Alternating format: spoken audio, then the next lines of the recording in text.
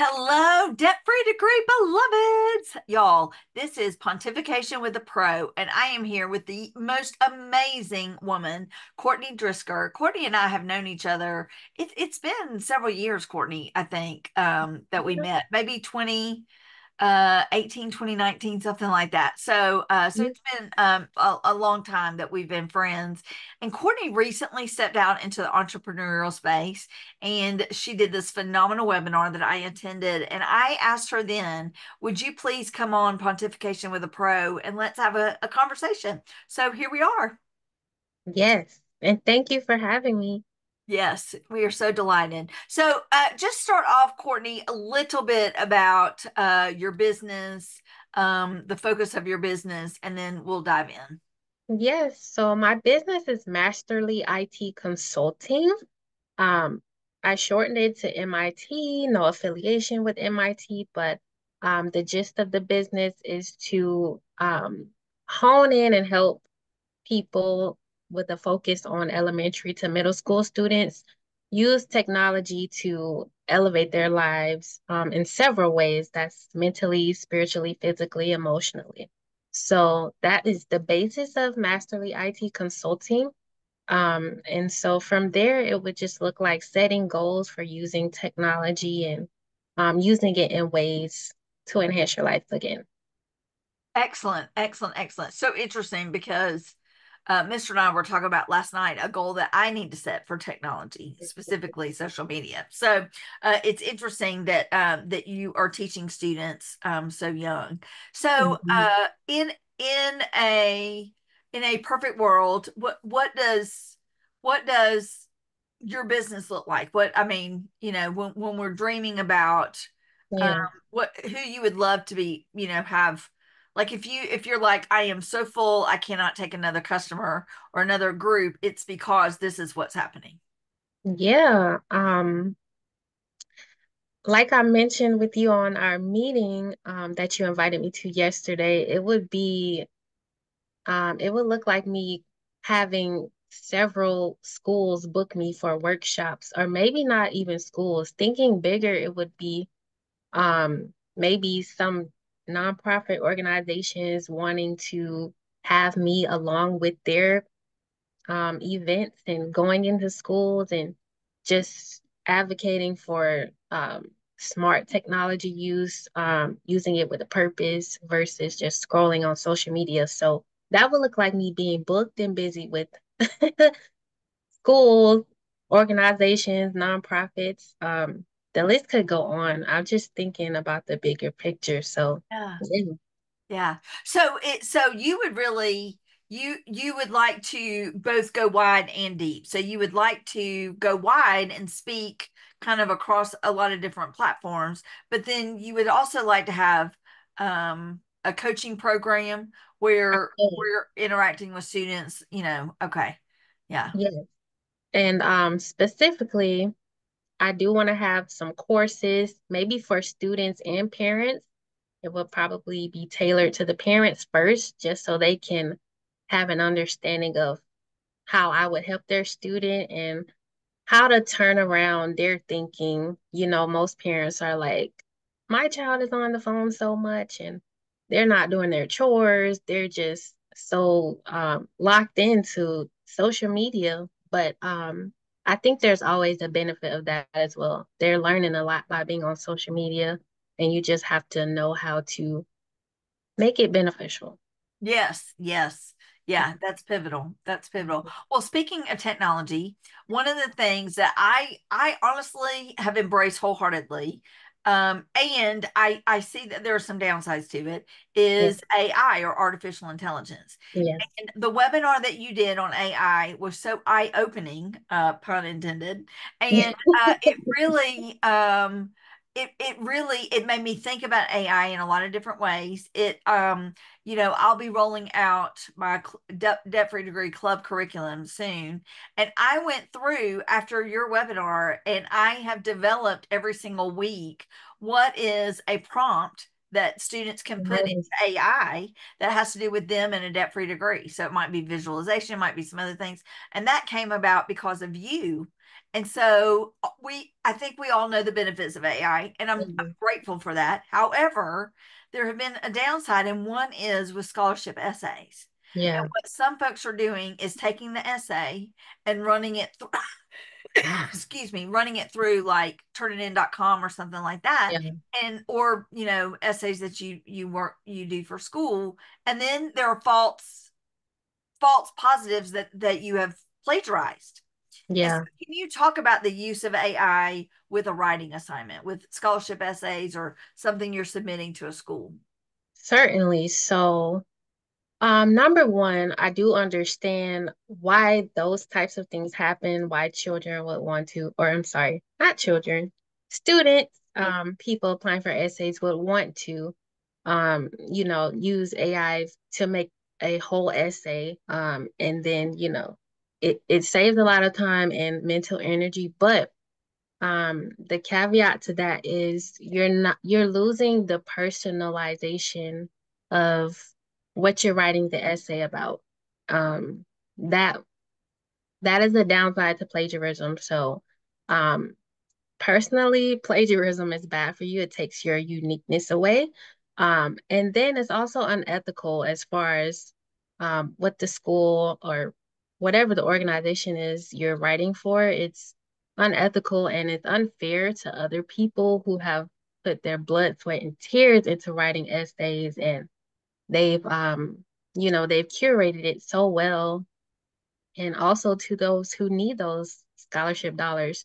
Um, some some organizations may not know that it's plagiarized and they may be so compelled by the made up automated essay that the person who actually needed that essay won't get it because of plagiarism. So um there's a lot of downside to using AI, of course, but I'm sorry, not to get off topic. I'm just really passionate about having a voice. That was something I Yes, struggled with for a exactly. while. So plagiarism takes away your voice. Um, and I would just say keep that as the number one thing in your mind. Anything plagiarized, it's not even you anymore. It's a robot. And what fun is that? Right, right, right. So for me, and I'll be honest, I do see Mhm. some gray area Mhm. because one day, not too long ago, I was like, I need to dash this out to social media. And I was kind of struggling with, I got to write a caption, I got to think about the hashtag, blah, blah, blah. And a friend of mine was like, why don't you just put it in AI? I was like, oh, yeah. So Yeah. I literally put, 5 words into AI, use these hashtags, and this lovely thing came up. And I mean, other than a few tweaks, and Yeah. I guess that's the personalization, because it wrote debt free degree three different three different words, Mhm. and debt free was hyphenated, whereas I use it debt free degree almost together. So that Yeah. was really the only tweak that I had to do, and then I uploaded it to social media. And so I don't know if, Courtney, if you would say I gave away my personalization. No, no. Okay. So, and I'm glad you brought that up. I just like to get the bad things out of the way first, and then I'm going to go to the good stuff because, yes, I love AI for helping you organize your thoughts and think about stuff in different ways because, yes, it will put out something that you haven't thought of. It's the same thing, but it's mixed up in a different way. That is the great thing about AI. It's still you, but just a different way.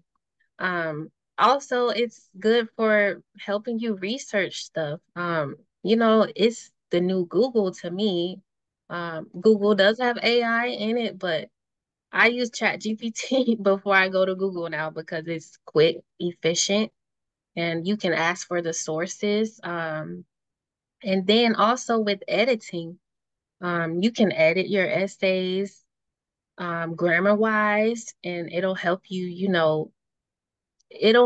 learn about yourself. It'll tell you how it sounds and ways to improve. So, yes, I do love AI for those types of things. So, there's always good and bad from how I see it. But if you're using it in the right way, you don't have to worry about that. Okay. So back to our scholarship essay Mhm. conundrum. Do you think it's okay to use it for outline an essay, or the prompt is this. What are some possible ways I could take this? I don't know. Yeah. That's something I wrote down. As I was thinking about our interview today, I was like, it's great for outline. I think it's perfect. That's not plagiarism. That's not you going word for word. It's just giving you like a starter. And then from there you fill in the gaps. You let whatever um thoughts come to your mind flow. And then you put those thoughts back into Chat GPT and act it how it sounds. Okay. Yeah. Mm-hmm. I even have one friend, and I mean, she does extensive Mm-hmm. prompts. Like I think she said one of her prompts is over a page, which I haven't asked her what all is involved in that, but Oh whatever. yeah. But I've she, gotten stuff like that too. where the prompt you're putting in is over a page. Yeah. Mm-hmm. Yes. Well, then, and because in my mind, I'm like, if I've already written a page, I might as well just write it. I don't know. But she said then she'll say to the Chat GPT or whatever one she's using, do you need more information from me? And they will ask that, Yeah. it will ask her questions. You can talk to Chat GPT like a person. Now, don't get carried away because it's not a person, but yes, I do the same thing because it's like extracting things out of you, and I don't know how to explain it, but it's really great. It's Okay. great. Yes, yes, yes. So overall, you're feeling good about starting your own business, and I know that there's going to be some struggles, but Yeah, for the folks that are watching this that are thinking, how can I best graduate debt free? And is it possible to start your own business to earn money, on the side? I don't really like to use the word side hustle right. because that kind of sounds, I understand that Yeah. that's the term, but it's just like obviously what you, Courtney, are doing is not a side hustle. It is your business. But for Hmm. some students who want to do aspects of what you're doing, that may become sort of a part-time job or a side Yeah. hustle. What would be your advice to them? Yeah. So I understand the term side hustle, but if that's your goal, um, inevitably, then I get it. But um, I would say make a goal. If you want this to be a full-blown business, don't just say it's a side hustle, act as if you're already a full-time business owner. And that also takes some mind shifting. So my first piece of advice would be to get your mind right. I used to tell a lot of my corporate friends that when I had my first corporate job, we would just talk about random issues. And I would say, you just have to get your mind right. The situation may be big, your business may seem very stressful. Starting a business is, let me not say is, it can be stressful, but you can de-stress. So, getting your mind right to me is, making sure, and this goes back into self-care for me. Because to get my mind right, I had to make sure I was having a routine, moving my body, being mindful, setting boundaries. I know that term is very cliche these days, but boundaries to me is just limits on what you're doing or what somebody's doing to you, taking breaks, reducing the amount of time you spend on phones, computers, TVs is key Mhm. to getting your mind right. So that is my greatest piece of advice. Get your mind right, take care of yourself. Um, and I would love to help with those types of things. Wonderful, wonderful, wonderful. One of the best definitions I've heard of for boundaries, and I'm going to muddle this a little bit, so it's not exact, but it's essentially boundaries are the point at which I can love you, Courtney, and love me, Elizabeth, at the Yeah, same time. And yeah. of course, I'm all about love. I'm all about loving yourself, love yourself enough to graduate debt free. So, Hmm. in some ways, Courtney, you're teaching students love yourself enough to get Yeah. off this device Yes. and get out in nature or read a book Yes. or take a nap where you're really really unplugged.